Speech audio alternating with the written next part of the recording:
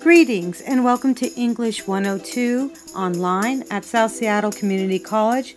Hello, my name is Rebecca McCarthy and I will be your instructor for this course. I wanted to welcome you to the course, but also to take a few moments to go over the syllabus so that you have a better idea what to expect while taking this course online. You will find a link to the syllabus from directly in our classroom environment online. Go ahead and click that link and it will take you to a Google document. If you have problems accessing this Google document, please let me know and I can send you a PDF version of the same document. This course falls under the category of English. It is worth 5 credits. The student must have successfully completed English 101 before they can go on to English 102. This course is about academic writing and specifically on how to write an academic argument paper. All the required readings in this course will be provided by me, your instructor, and you can find all the readings in the weekly reading folder, which is found in the classroom portion of our class. The general theme of this class is theme-based. That is, I'm having a general theme regarding 2 topics, academic writing and the balance of power. That is, the balance of power between a big brother and a little brother entity. Some of you may enjoy this approach and some of you may not. However, the topic of power and how we handle power on many levels is basically fundamental to our everyday lives.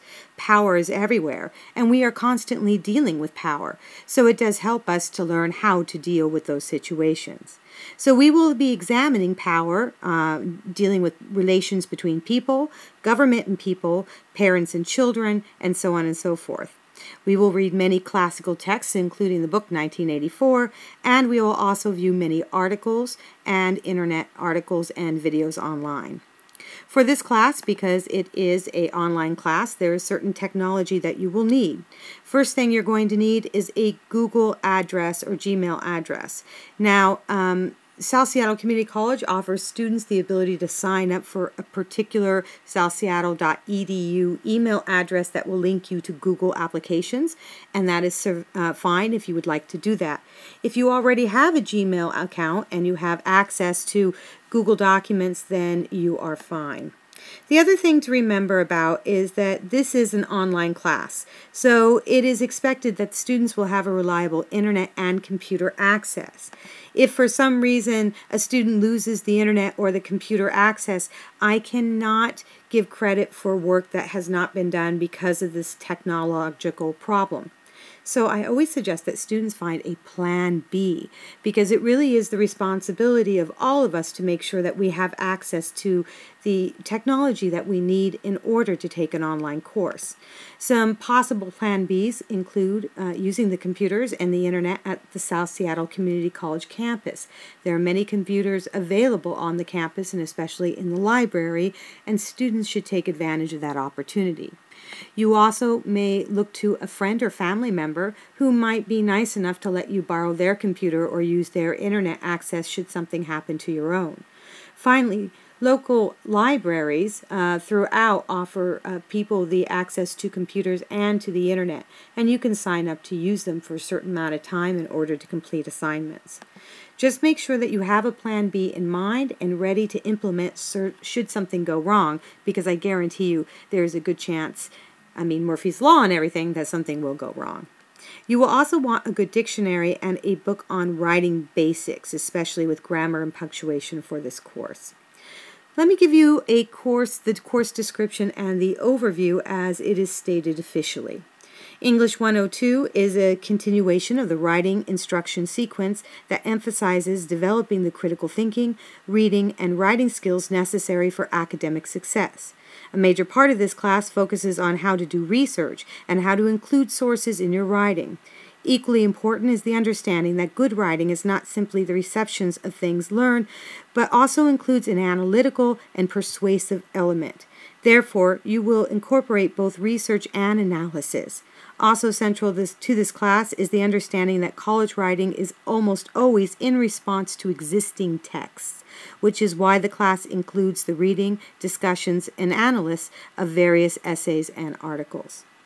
The official outcome and objectives include the ability of students to communicate well, to engage in healthy human relationships, to engage in critical thinking and problem solving, to demonstrate and earn personal responsibility, and to demonstrate information literacy.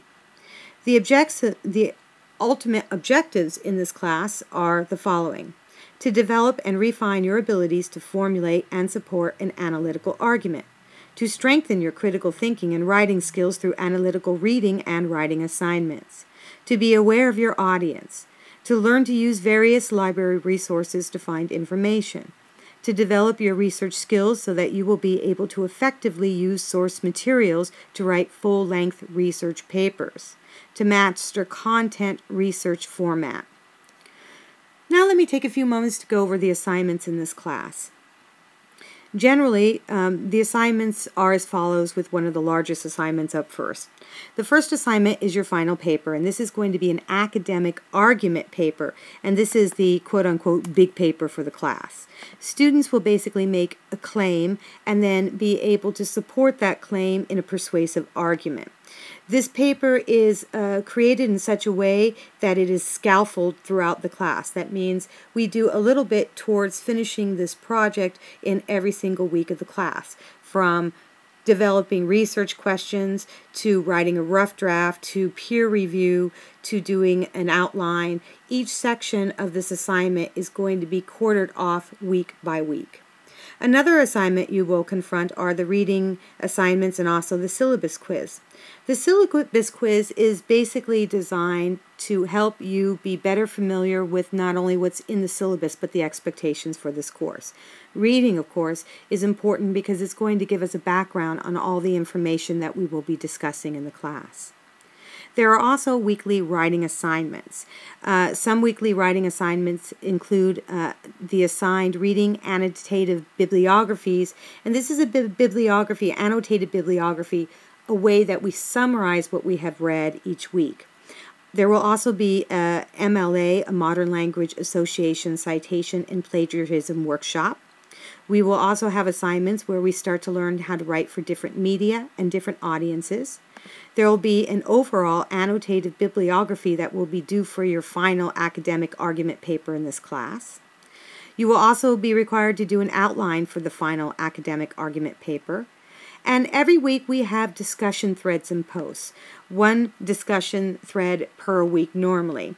Basically, the discussion threads are based upon the readings that you have done throughout the week.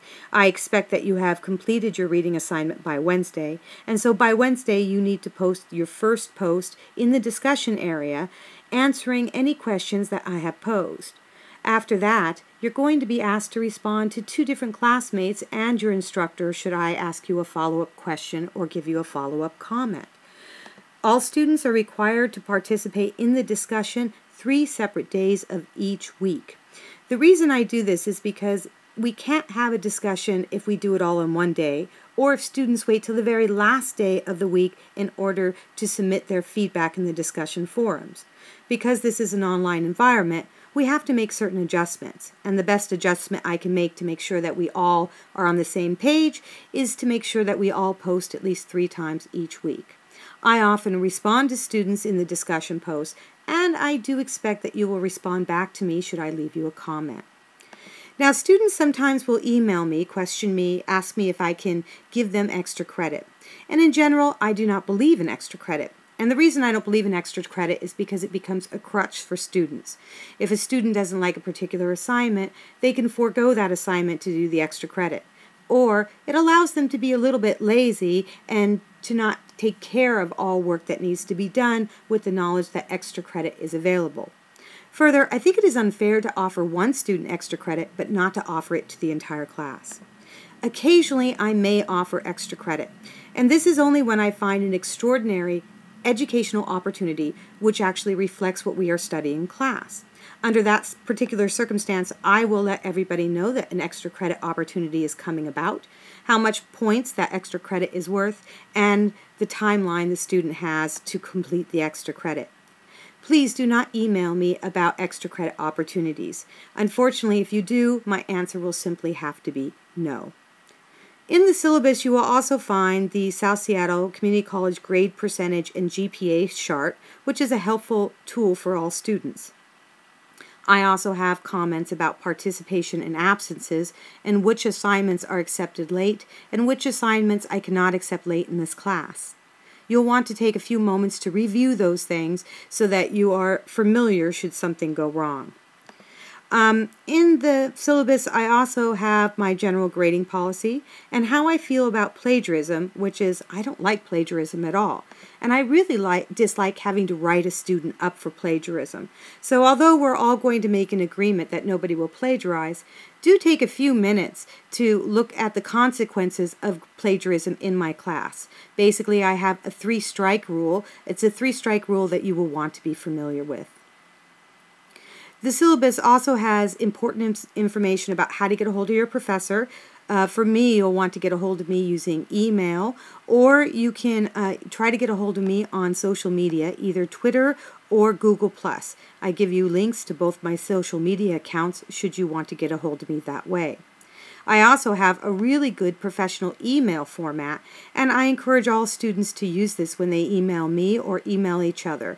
One of the things we all have to learn is how to communicate well online.